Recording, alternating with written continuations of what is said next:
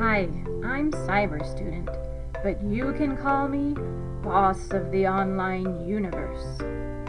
Check this out. I got 1 million followers on Instagram, and that music video I made last week, 1 billion likes. That's right, that's me. I got the whole package. Or at least I thought I did. I mean, today's technology allows us to not just consume but also create media, graphic art, vlogs, etc. So when my teacher was like, "It's time for research," I was like, "That's cool, I got this." Tree octopus throttles hiker. Chupacabra elected president. I thought I was doing pretty well. But then my teacher was like, "Let's go back to the basics." And she taught us this cool way of remembering how to search, evaluate, and respect online information. It's called RADCAB. RADCAB is an acronym for the 6 guiding principles of online research. It stands for relevancy, appropriateness, detail, currency, authority, and bias. Here's how it works. Relevancy. When I go online, I use keywords and symbols, like quotation marks, to get exactly the results I need. This means that every hit is relevant to the purpose of my research. Appropriateness. Did you know that pretty much anyone can post pretty much anything online these days? I mean, there are like 11 million cat memes alone. This means that even when I find a promising article, it may not actually be what I need. Or it could be too difficult. Or it could contain offensive text and images. So my first step is to scan each source to make sure it's exactly what I need. Detail. Before I get too deep into any web page, I check out its design and organizational elements. If it doesn't look professional, it's probably not a good resource for research.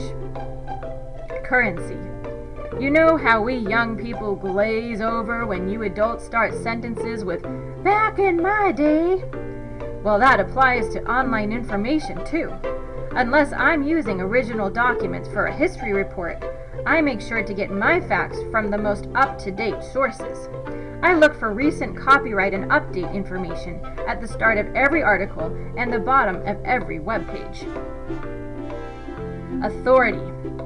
A great way to find academic resources is through your school's library database or specialty search engines like Google Scholar and Infotopia. Still, you need to follow up on the author of the article before you trust its information. Is the author an expert in her field or just another cyber chimp? What are her credentials? Be sure to get the facts from people who know best. Bias. You know those trashy magazines near the checkout counter at the grocery store? They love to catch your eye with shocking headlines and scandalous accusations. Some websites work the same way.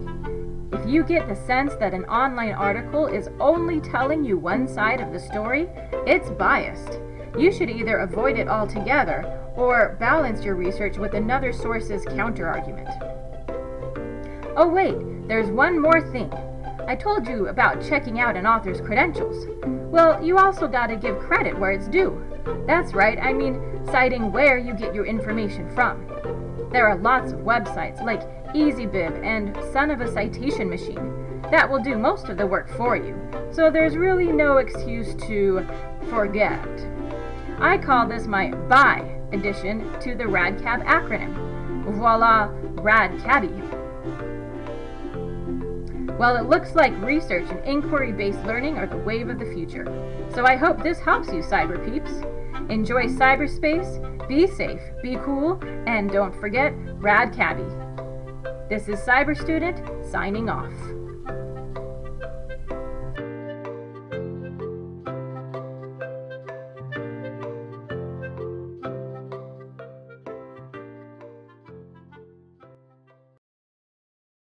Created using Powtoon.